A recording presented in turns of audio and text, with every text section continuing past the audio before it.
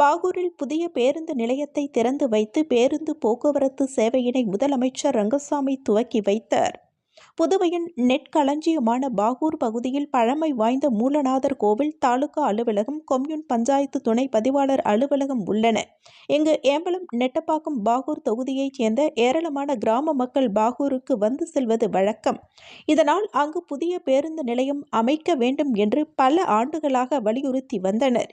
இதனை அடுத்து கடந்த 2013ஆம் ஆண்டு 1.52 ஹெக்டேர் பரப்பளவில் நிலம் கையகப்படுத்தப்பட்டு ரூபாய் 1,64,00,000 செலவில் புதிய பேருந்து நிலைய கட்டுமான பணிகள் நடைபெற்று முடிந்தது. இந்நிலையில் ஜூலை 16ஆம் தேதி புதிய பேருந்து நிலையம் திறப்பு விழா நடைபெற்றது.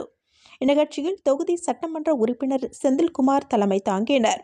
சிறப்பு விருந்தினராக கலந்து கொண்டு புதிய பேருந்து நிலையத்தை முதலமைச்சர் ரங்கசாமி திறந்து வைத்ததுடன் பேருந்து போக்குவரத்து சேவையினையும் கொடியசைத்து துவக்கி வைத்தார். இந்நிகழ்ச்சியில் சபாநாயகர் செல்வம், அமைச்சர் லட்சுமி நாராயணன், உள்ளாட்சித்துறை இயக்குநர் சக்திவேல், பொதுப்பணித்துறை தலைமை பொறியாளர் வீரச்செல்வம், பாகூர் கொம்யூன் பஞ்சாயத்து ஆணையர் சதாசிவம் மற்றும் அரசு அதிகாரிகள், பாகூர் பகுதியைச் சேர்ந்த அனைத்து கட்சியினர்கள், பொதுமக்கள் ஆகியோர் கலந்து கொண்டனர்.